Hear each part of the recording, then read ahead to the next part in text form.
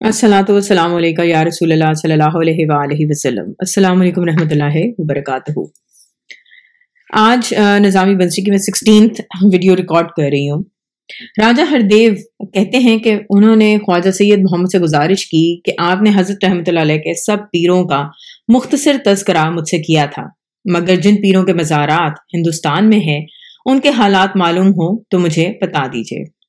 خواجہ محمد صاحب نے تفصیل سے حالات بتائے جو کچھ اس طرح سے ہیں۔ پہلے حضرت خواجہ صاحب اجمیری رحمۃ اللہ علیہ۔ حضرت نظام الدین اولیاء رحمۃ اللہ علیہ کے پیر حضرت شیخ العالم فرید الدین مسعود گنج شکر رحمۃ اللہ علیہ تھے، جن کا مزار اجودھن یعنی پاک پتن میں موجود ہے۔ ان کے پیر حضرت خواجہ قطب الدین بختیار کاکی رحمۃ اللہ علیہ تھے، جن کا مزار دہلی میں قطب مینار کے پاس ہے، اور ان کے پیر حضرت خواجہ سید معین الدین حسن چشتی رحمۃ اللہ علیہ تھے، جن کا مزار اجمیر میں ہے۔ حضرت خواجہ اجمیری رحمۃ اللہ علیہ سب سے پہلے ہندوستان آئے تھے۔ آپ غزنی سے لاہور آئے اور حضرت علی حجویری داتا گنج بخش رحمۃ اللہ علیہ کے مزار پر چلا کیا۔ ان کی کتاب کشف المحجوب اہل سلوک میں بہت بڑے اعتبار کا درجہ رکھتی ہے۔ حضرت علی حجویری رحمۃ اللہ علیہ بہت بڑے عالم اور عارف درویش تھے۔ خواجہ صاحب رحمۃ اللہ علیہ نے آپ کے مزار سے بہت سے فیوز حاصل کیے۔ لاہور سے دہلی سے ہوتے ہوئے اجمیر تشریف لے گئے۔ آپ رحمۃ اللہ علیہ ایران میں پیدا ہوئے اور خراسان میں پرورش پائی۔ آپ رحمۃ اللہ علیہ کے والد کا نام سید غیاث الدین حسن تھا۔ 15 سال کی عمر میں والد کا سایہ سر سے اٹھ گیا۔ خواجہ صاحب کو ایک مجذوب ابراہیم کندوری نے کچھ تبرک کھلایا۔ اس کے اثر سے آپ رحمۃ اللہ علیہ نے اپنے باغ اور جائیداد فروخت کر کے رقم خیرات کر دی اور دنیا چھوڑ دی۔ پھر تعلیم کے لیے سمرقند اور بخارا تشریف لے گئے۔ تحصیل علم سے فارغ ہو کر عراق گئے۔ وہاں قصبہ ہارون میں پہنچے جو نیشا پور کے قریب ہے۔ وہاں حضرت خواجہ عثمان ہارونی رحمۃ اللہ علیہ سے بیعت کی اور 2 سال مرشد کی خدمت میں رہے۔ خلافت ملنے کے بعد سبحان چلے گئے۔ وہاں سے بغداد پہنچے، پھر ہمدان آئے۔ اسی طرح سفر کرتے ہوئے اور ہر علاقے کے بزرگوں سے مستفیض ہوتے ہوئے آپ تبریز، اصفہان، خرقان، استرآباد، ہرات اور پھر سبزوار پہنچے۔ سبزوار کا حاکم یادگار محمد بڑا ظالم اور متعصب شخص تھا۔ اس کا ایک خوبصورت باغ تھا جس میں ایک نفیس حوض بنا ہوا تھا۔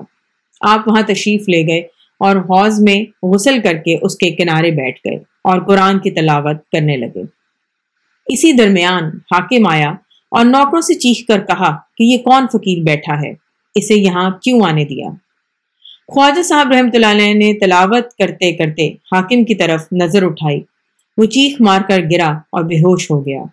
جب نوکروں نے منت سماجت کی تو آپ رحمۃ اللہ علیہ نے حوض کا پانی منگوایا اور اس کا چھینٹا اس کے منہ پر مارا۔ ہوش میں آنے کے بعد اس نے گناہوں سے توبہ کی اور آپ رحمۃ اللہ علیہ کا مرید ہو گیا۔ پھر اپنی ساری دولت حضرت رحمۃ اللہ علیہ کے نظر کر دی۔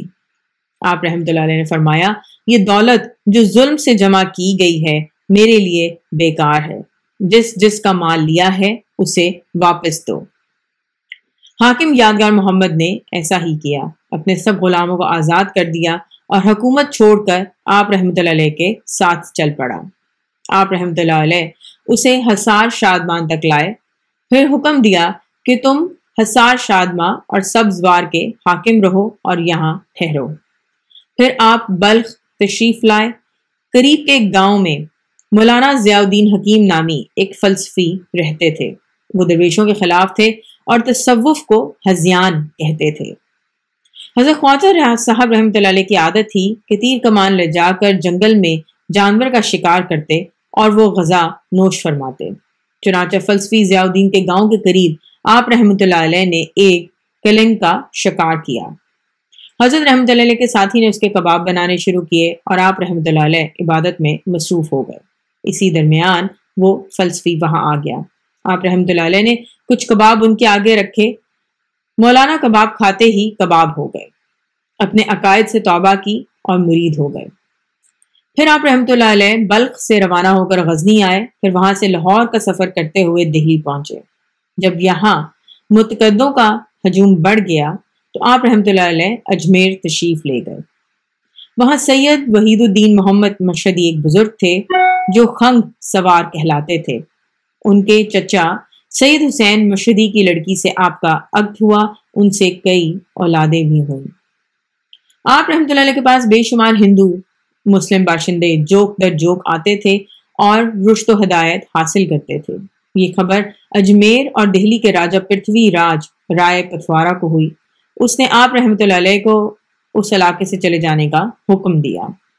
آپ رحمۃ اللہ علیہ نے جواب دیا، ملک خدا کا ہے اور خدا کا بندہ اس ملک میں آیا ہے، بغیر حکم خدا یہاں سے نہیں جا سکتا۔ راجہ پرتھوی راج کا ایک ملازم مسلمان بھی تھا۔ راجہ نے اسے مجبور کیا کہ آپ رحمۃ اللہ علیہ کو یہاں سے ہٹا دے۔ ملازم نے حکم ماننے سے انکار کیا تو پرتھوی نے اس پر ظلم اور ستم ڈھانا شروع کر دیا۔ آپ رحمۃ اللہ علیہ کو خبر ہوئی تو راجہ کو کہلا بھیجا، بے گناہ پر ظلم نہ کر ورنہ میں تجھے باندھ کر کسی دوسرے بادشاہ کے ہاتھ میں دے دوں گا۔ پرتھوی راج نے اس پیغام کی کچھ پرواہ نہ کی اور آپ رحمۃ اللہ علیہ کی شان میں گستاخانہ الفاظ زبان پر لایا۔ پھر یہ خبر مشہور ہوئی کہ سلطان شہاب الدین محمد غوری بہت بڑی فوج لے کر ہندوستان پر چڑھ آیا ہے۔ پرتھوی راج فوج لے کر مقابلے کے لیے روانہ ہوا۔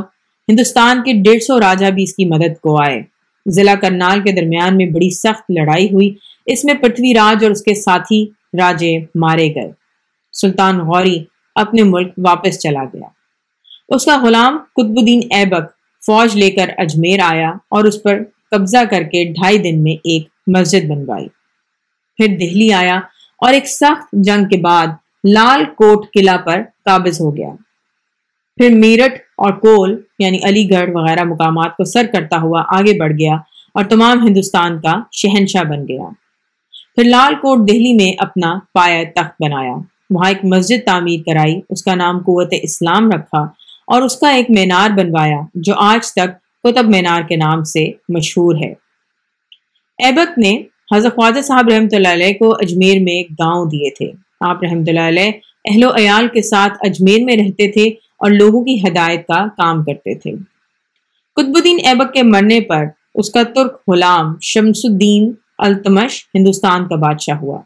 وہ آپ رحمۃ اللہ علیہ کے خلیفہ حضرت خواجہ قطب الدین بختیار کاکی رحمۃ اللہ علیہ سے بڑی عقیدت رکھتا تھا۔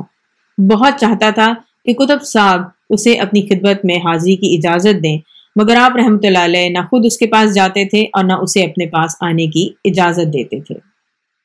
اسی زمانے میں التمش کے نائب حاکم اجمیر نے حضرت خواجہ اجمیری رحمۃ اللہ علیہ کی جاگیر ضبط کر لی۔ آپ رحمۃ اللہ علیہ کے صاحبزادوں نے مجبور کیا کہ جاگیر کی واگزاری کے لیے آپ رحمۃ اللہ علیہ خود دہلی جائیں اور کوشش کریں۔ چنانچہ حضرت رحمۃ اللہ علیہ اجمیر سے دہلی آئے اور اپنے خلیفہ بختیار کاکی رحمۃ اللہ علیہ کے پاس ٹھہرے اور آنے کا مقصد بیان کیا۔ قطب صاحب رحمۃ اللہ علیہ اپنے پیر کی ضرورت کا حال سنتے ہی کھڑے ہو گئے اور عرض کیا، آپ وہاں نہ جائیے، میں خود بادشاہ کے پاس جاتا ہوں۔ قطب صاحب رحمۃ اللہ علیہ التمش کے پاس گئے۔ سلطان کو خبر ہوئی تو دربار سے اٹھ کر دروازے پر استقبال کے لیے آیا اور نہایت عزت کے ساتھ اندر رہ گیا۔ قطب صاحب رحمۃ اللہ علیہ نے بادشاہ سے کہا، تمہارے حاکم اجمیر نے میرے پیر رحمۃ اللہ علیہ کی جاگیر ضبط کر لی ہے، میں اس کے لیے آیا ہوں۔ سلطان نے فوراً جاگیر واگزاشت کرنے کا فرمان لکھوایا اور اشرفیوں کی چند تھیلیاں حضرت خواجہ اجمیری رحمۃ اللہ علیہ کی نظر کے لیے پیش کی۔ اسی ملاقات کے دوران ایک عجیب لطیفہ پیش آیا۔ اود کا حاکم رکن حلوائی بھی سلطان کے پاس آیا اور قطب صاحب رحمۃ اللہ علیہ سے اونچی جگہ پر بیٹھ گیا۔ بادشاہ کو یہ بات ناگوار گزری۔ قطب صاحب رحمۃ اللہ علیہ نے سلطان کی ناراضگی کو محسوس فرمایا اور ہنس کر اس سے کہا، یہ کوئی ناراضگی کی بات نہیں ہے، میں کاکی ہوں اور رکن الدین حلوائی ہے اور حلوہ کاک کے اوپر ہی رکھا جاتا ہے، بس رکن الدین مجھ سے اونچی جگہ پر بیٹھ گیا تو کچھ حرج نہیں۔ حضرت خواجہ اجمیری رحمۃ اللہ علیہ جب عراق میں تھے تو مولانا نجم الدین سغرا سے دوستی ہو گئی تھی۔ جب حضرت رحمۃ اللہ دہلی آئے تو معلوم ہوا مولانا اسی شہر میں ہیں اور بادشاہ نے انہیں شیخ الاسلام کا عہدہ دیا ہے۔ چنانچہ آپ رحمۃ اللہ علیہ نجم الدین سے ملنے کے لیے گئے۔ وہ اس وقت اپنے مکان میں ایک چبوترا بنوا رہے تھے۔ انہوں نے خواجہ صاحب رحمۃ اللہ علیہ سے بے رخی کا برتاؤ کیا۔ یہ بات حضرت رحمۃ اللہ علیہ کو ناگوار ہوئی اور ان سے کہا، کیوں جناب، کیا شیخ الاسلام بن جانے سے تمہارے اندر غرور پیدا ہو گیا ہے؟ مولانا نجم الدین سغرا نے حضرت خواجہ صاحب رحمۃ اللہ علیہ کو جواب دیا، نہیں، میں تو ویسا ہی نیاز مند ہوں، مگر آپ کے ایک مرید نے میری شیخ الاسلامی کی شان کو بیکار کر دیا ہے۔ سارا شہر انہی کی طرف متوجہ رہتا ہے، مجھے کوئی بھی نہیں پوچھتا۔ اگر آپ اس مرید کو اپنے ساتھ اجمیر لے جائیں تو بہت عنایت ہوگی۔ حضرت رحمۃ اللہ علیہ کو اس بات سے ہنسی آ گئی اور آپ نے فرمایا کہ اچھا مولانا، میں اپنے بختیار کو اجمیر لے جاؤں گا۔ جب خواجہ صاحب رحمۃ اللہ علیہ قطب صاحب رحمۃ اللہ علیہ کے گھر واپس آئے تو فرمایا، بختیار، یہ تو نے کیا کر رکھا ہے؟ سارا شہر تیری طرف متوجہ ہے، اس سے لوگوں کو رشک اور حسد ہوتا ہے۔ چل میرے ساتھ اجمیر چل، میں نہیں چاہتا کہ کسی ایک مسلمان کا دل بھی تیرے یہاں رہنے سے رنجیدہ ہو۔ چنانچہ دوسرے دن جب حضرت خواجہ غریب نواز رحمۃ اللہ علیہ دہلی سے اجمیر روانہ ہوئے تو قطب صاحب رحمۃ اللہ علیہ بھی ساتھ تھے۔ یہ خبر دہلی میں مشہور ہوئی تو سارے شہر کے ہزاروں لوگ دوڑے ہوئے آئے۔ سلطان شمس الدین التمش بھی آیا۔ سبھی نے حضرت خواجہ غریب نواز رحمۃ اللہ علیہ سے آجزانہ درخواست کی کہ قطب صاحب رحمۃ اللہ علیہ کو دہلی میں چھوڑ جائیے، ورنہ ہم سب یہیں حضور کے قدموں میں بیٹھے رہیں گے۔ خلقت کی یہ عاجزی اور محبت دیکھی تو حضرت رحمۃ اللہ علیہ نے اپنے مرید اور خلیفہ حضرت قطب الدین بختیار کاکی رحمۃ اللہ علیہ سے فرمایا، بابا بختیار، ایک دل کے مقابلے میں ہزاروں دلوں کی خواہش مقدم ہے، جاؤ، تم واپس جاؤ اور دہلی میں رہو۔ چنانچہ قطب صاحب رحمۃ اللہ علیہ اپنی قیام گاہ واپس آ گئے اور حضرت خواجہ غریب نواز رحمۃ اللہ علیہ اجمیر شریف روانہ ہو گئے۔